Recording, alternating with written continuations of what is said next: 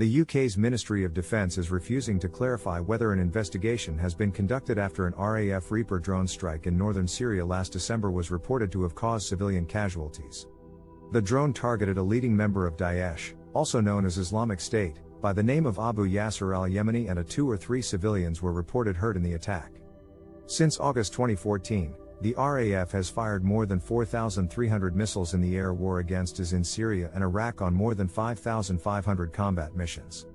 Although the RAF has only acknowledged a single civilian casualty in this period, the US-led Inherent Resolve Coalition claims that 1,437 have been unintentionally killed in more than 35,000 airstrikes.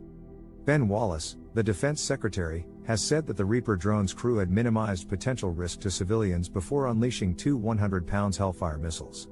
However, the chief of the UK's defense staff has said that the Reaper's ability to differentiate between civilian and military targets is not absolute. Chris Cole, the founder of the NGO Drone Wars, is leading calls for the Ministry of Defence to clarify whether they conducted an investigation into reports of civilian casualties. The Ministry of Defence has refused to answer these questions, citing national security and other exemptions. The Integrated Review of Growth and Foreign Policy made only small mentions of terrorism in its report, claiming that the threat from the Middle East is enduring. Observers are questioning the RAF's targeted killing policy and whether a forever war against Islamic State leaders is truly a priority.